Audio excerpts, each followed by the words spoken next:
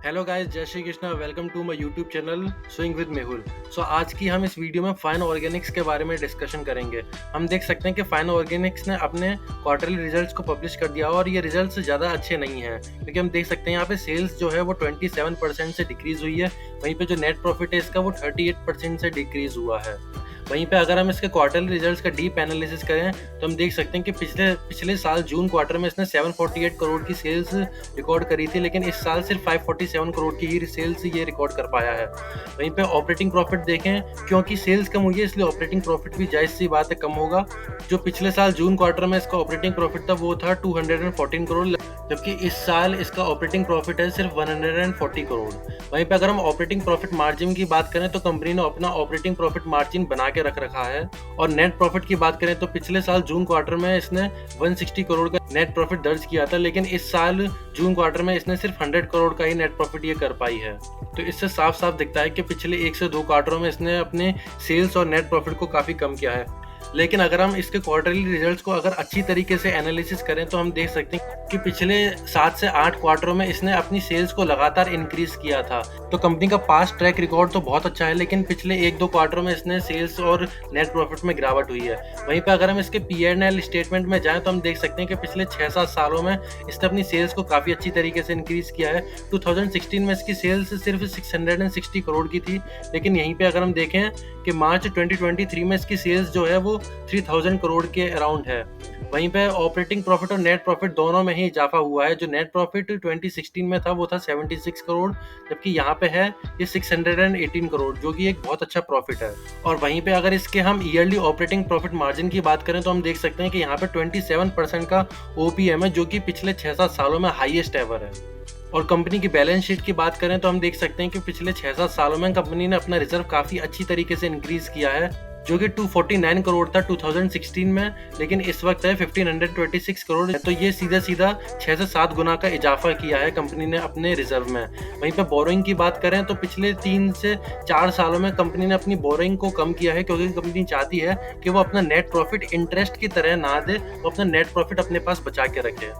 और CWIP की बात करें तो 40 करोड़ की CWIP construction work in progress चल रहा है, जिससे ये दिखता है कि कंपनी अपने एक्सपेंशन मोड में है।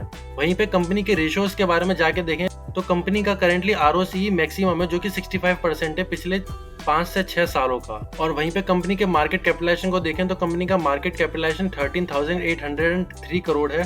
कंपनी करेंटली 4502 के प्राइस पे ट्रेड कर रही है। कंपनी का PE रेशियो है वो 24.8 है। जो कंपनी की बहुत अच्छी बात है वो है ROCE और ROE दोनों ही काफ़ी अच्छे हैं। जो ROCE है वो 65.4% है, जो ROE है वो 49.4% है। इतना अच्छा ROE एक कंपनी में जनरली हमें देखने को नहीं मिलता है। वहीं पे कंपनी के डेट टू इक्विटी रेशियो की बात करें तो 0.02 है। इसका मतलब कंपनी के पास बहुत ही कम डेट है। कंपनी की प्रमोटर्स होल्डिंग देखें तो 75% है, जो कि एक बहुत अच्छी है। अगर हम इन्वेस्टर सेक्शन में शेयर होल्डिंग पैटर्न जाके देखें तो प्रमोटर्स के पास करेंटली 75% के शेयर हैं। FIIs ने 3.78% होल्ड कर रखा है। DIIs ने 12.24% होल्ड कर रखा है। वहीं पे पब्लिक ने सिर्फ और सिर्फ 8.9% होल्ड कर रखा है। इससे हमें ये दिखता है कि कंपनी बहुत ही स्ट्रॉन्ग हैंड्स में है। वहीं पे कंपनी के अगर हम पिछले 5 साल का PE रेशियो देखें तो करेंटली कंपनी का PE रेशियो है वो 24 के अराउंड था, लेकिन कंपनी का जो मीडियन PE रेशियो है वो 40.6 के अराउंड है, जिससे मालूम पड़ता है कि कंपनी इस वक्त करेंटली अंडर वैल्यूड प्राइस पे चल रही है। तो ये तो बात हो गई फंडामेंटल्स की। हमने कंपनी के फंडामेंटल्स को अच्छी तरीके से देख लिया है, लेकिन अब अगर हम टेक्निकल्स की बात करें तो यहाँ पे टेक्निकल चार्ट पैटर्न से हम ये देख सकते हैं कि कंपनी करेंटली अपने लाइफ टाइम हाई से 38% डाउन है। और अगर हम ये बात करें ये शेयर और कितना गिर सकता है तो करंट मार्केट प्राइस से कम 10% और गिर सकता है, क्योंकि इसके क्वार्टरली रिजल्ट्स ज़्यादा अच्छे नहीं हैं। और यहाँ पे इसने फिलहाल 3 सपोर्ट भी बना रखी है। पहली सपोर्ट ये है, दूसरी सपोर्ट ये है, तीसरी सपोर्ट ये है। और वहीं पे अगर हम इसका टारगेट देखना चाहें तो यहाँ पे हम देख सकते हैं कि जून 2022 में यहाँ पे कंपनी ने एक बहुत अच्छी रैली दिखाई थी। कंपनी का प्राइस यहाँ पे लगातार 40% बढ़ा था, वो भी लगातार ग्रीन कैंडल स्टिक के साथ, जो कि सिर्फ और सिर्फ प्रमोटर्स और बिग प्लेयर्स ही कर सकते हैं। लगातार किसी कंपनी का शेयर प्राइस 40% बढ़ाना रिटेल पब्लिक के बस की बात नहीं है। तो इससे हमें यहाँ पे ये पता चलता है कि यहाँ पे प्रमोटर्स ने बहुत ही अच्छा परसेंटेज अपने हाथ में ले रखा है और वहीं पे कंपनी करेंटली बहुत ही लोअर लेवल पे ट्रेड कर रही है अपने टारगेट की वैल्यू से भी। यहाँ पे हम एक चीज़ और नोटिस कर सकते हैं कि यहाँ पे ये reverse cup with handle pattern बनाने की कोशिश कर रहा था। ये देख सकते हैं कि ये इसका बड़ा सा कप हो गया, ये यहाँ पे हैंडल हो गया, लेकिन अब ये हैंडल नहीं बन पाएगा। ये वाला शेयर यहीं पे कंसोलिडेशन में घूमते रहेगा क्योंकि इसके 1-2 क्वार्टर के रिजल्ट्स अच्छे नहीं हैं। लेकिन अगर हम इस शेयर में लॉन्ग टर्म निवेश की बात करें तो कंपनी के फंडामेंटल्स बहुत ही अच्छे हैं और ये शेयर अपने टारगेट प्राइस को 1.5 से 2 साल में पक्का टच करेगा। तो यहाँ पे सीधा सीधा पहला सवाल ये आता है कि इस कंपनी में हमें पोजीशन बनानी चाहिए या नहीं। तो मेरे हिसाब से करेंटली इस कंपनी में पोजीशन हमें नहीं बनानी चाहिए क्योंकि इसके पिछले 1 से 2 क्वार्टर के रिजल्ट बिल्कुल अच्छे नहीं है। यहाँ पे सेल्स नेट प्रॉफिट दोनों में ही गिरावट देखी गई है और इसको अपना टारगेट का अचीव करने की वजह यह है कि हम इसकी बैलेंस शीट हमें साफ साफ दिखाती है कि इसके रिजर्व काफ़ी अच्छे तरीके से बढ़े हैं। वहीं पे ऑपरेटिंग प्रॉफिट भी इसका काफ़ी अच्छा आया है। अगर हम पिछले 2 साल का कंपैरिजन करें तो मार्च 2022 का जो ऑपरेटिंग प्रॉफिट था वो था 363 करोड़। वहीं पे मार्च 2023 का जो ऑपरेटिंग प्रॉफिट था वो था 829 करोड़। और अगर हम नेट प्रॉफिट की बात करें तो मार्च 2022 का जो नेट प्रॉफिट था वो था 260 करोड़। वहीं पे मार्च 2023 का जो नेट प्रॉफिट था वो था 618 करोड़। तो कंपनी का पास्ट ट्रैक रिकॉर्ड काफ़ी अच्छा है। सिर्फ 1 से 2 क्वार्टर के रिजल्ट खराब आने से यहाँ पर ये कंपनी खराब नहीं हो जाती।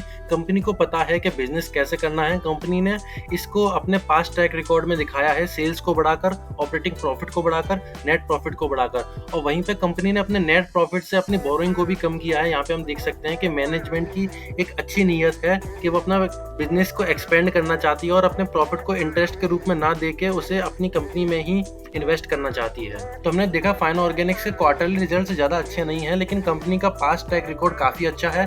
कंपनी का ईयरली रिजल्ट काफी अच्छा है। हम लॉन्ग टर्म इन्वेस्टमेंट की बात करें तो कंपनी 1.5 से 2 साल में यहाँ पे हमें करंट मार्केट प्राइस से 36% का गेन दे सकती है। और अगर मैं इस 36% का गेन देने की बात करता हूं तो ये वीडियो किसी भी तरह की रिकमेंडेशन नहीं है।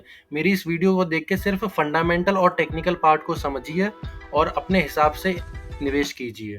तो अगर वीडियो पसंद आई हो तो प्लीज़ वीडियो को लाइक कीजिएगा, कमेंट कीजिएगा कि आपको इस वीडियो में क्या समझ में नहीं आया। अगर आपकी कोई क्वेरी हो तो, या फिर अगर आप चाहते हो कि मैं किसी और शेयर का एनालिसिस करूं तो वो भी कमेंट कीजिएगा। शेयर कीजिएगा अपने फ्रेंड्स के साथ जिससे वो भी समझ पाएँ इसके टेक्निकल और फंडामेंटल कि इस शेयर को इस वक्त होल्ड करने की ज़्यादा ज़रूरत है। अगर अभी तक चैनल को सब्सक्राइब नहीं किया है तो प्लीज़ सब्सक्राइब करिए चैनल को। इससे मुझे मोटिवेशन मिलेगा कि मैं अपनी नॉलेज और स्किल्स आपके साथ शेयर कर पाऊँ और भी शेयर्स का एनालिसिस कर पाऊँ। धन्यवाद। राधे राधे।